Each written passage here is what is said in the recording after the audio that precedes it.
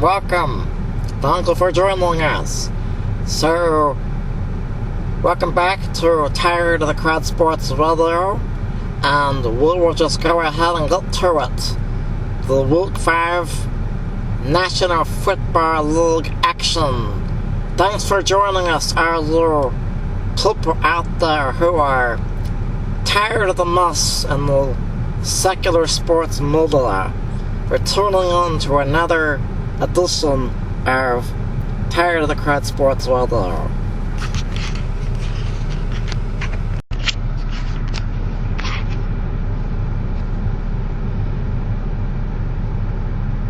So hello, this is John again, and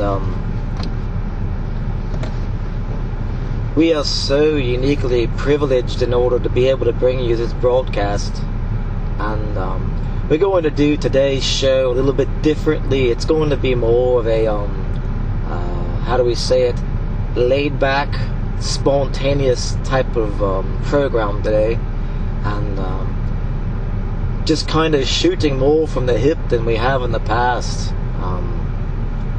The previous 2 or 3 episodes of this program have been tightly scripted, and today we're going to go a little bit off script and see how that goes. So fundamentally, what this show is going to be about today is we're going to talk about the games that matter. We're not going to talk so much about the games that of the how they call it, the teams that stink up the joint. What say you therefore? Yeah, we are going to talk about the games that matter, and we're not going to focus in so much today on the games that don't matter. We are going to focus in on the good teams this week, and we are going to mention a couple of the bottom feeder teams. But we will start out with the Denver Broncos, who again came out with another win. And people can say all they want to about Peyton Manning and whether or not he's washed up. The bottom line is that the guy just wins football games. But in this particular show, what we're going to be focusing in on is the analysis of the teams that won. And what is it, why is it that as of now we still have, 6 undefeated teams? Well, 6 undefeated teams, and but one of those undefeated teams is playing Thursday night against the Saints, who are one of the bottom feeder teams this year. So we'll see how it goes with the Falcons. Hell, since we're going to be talking about the good teams and the bottom feeder teams, how about getting started after Denver Broncos? Let's talk about the Falcons Redskins. That is a great idea. Okay, so here we go. Denver, the reason why Denver is successful is primarily 2 things. Denver is successful because they beefed up their defense 2 years ago, and now they are starting to see the fruits of having those players gel together. In addition to that, we have Gary Kubiak coming in with the blessing of the anointed quarterback, agreeing to take more of a secondary role in the offense and run the ball more and pass the ball less. And that's the reason why I believe they are winning. Yeah, I believe so too. I believe they are winning because if you look statistically at where Peyton Manning is right now, you'll find that he is throwing the ball a whole lot less now than he was last year. And that can only be attributable to the fact that he's handing the rock off much more often to the running back. and they have a couple of them over there. Okay, so let's now go to the Redskins Falcons game. Yeah, let's go to the Redskins Falcons game. And again, the reason why the Falcons won this game is because they was playing the Deadskins. And that's all I got to say about this game. I'm out. Hey, you know something, man?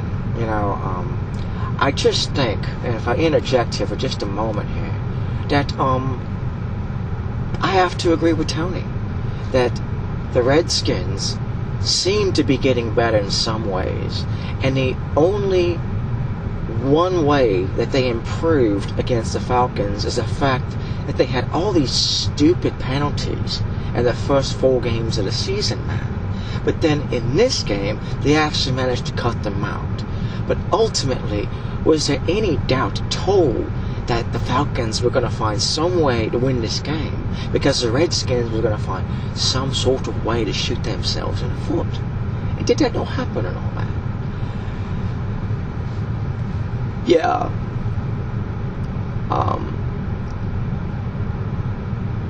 It is true. The problem with the Redskins is that, and we will talk more about the Redskins than the Falcons because the Redskins are such a joke.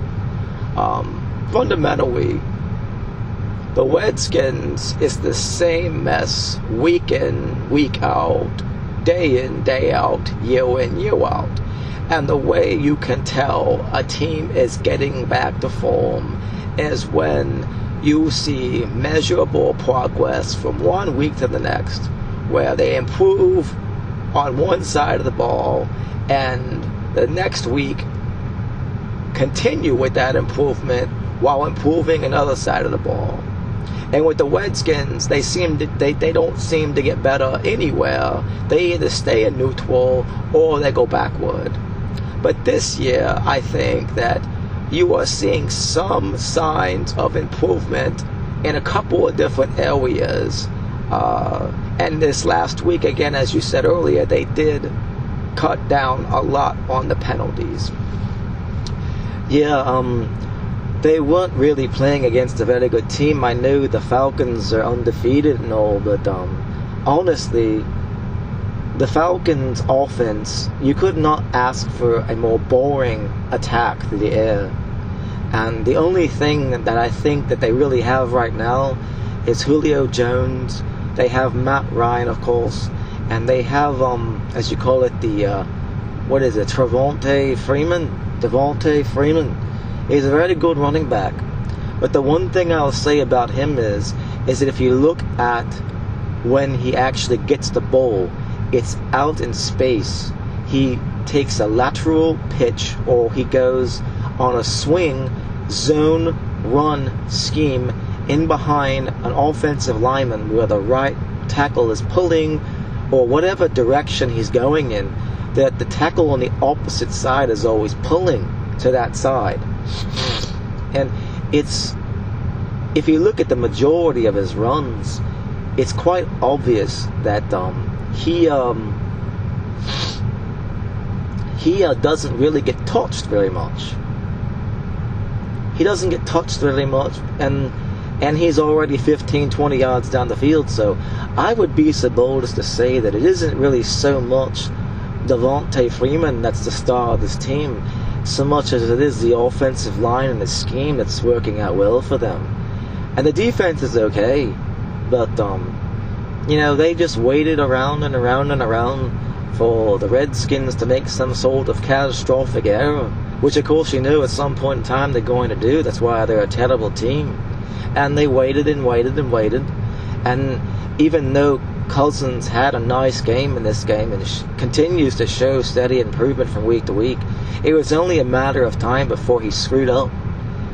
Yeah, hey, John, can I interject here? Sure, go ahead, Tony. Yeah, not only that, but if you look at that play where Cousins threw the pick six in overtime, yes, the receiver fell down, but I think even if he hadn't have, it would have been an interception because the pass was way off. I mean, How is the receiver over here and the cornerback is over there? And the ball goes right into the cornerback's hands. It was like right between the numbers. So, again, Kirk Cousins had one of those moments where he gets too excited. He needs to calm down. And ultimately,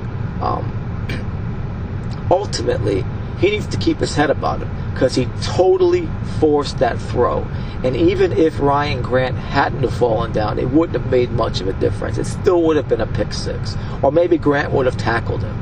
But just because one guy comes in slightly unblocked in a stunt doesn't mean you have to get rid of the football. How's about throwing it out of bounds, Captain Kirk?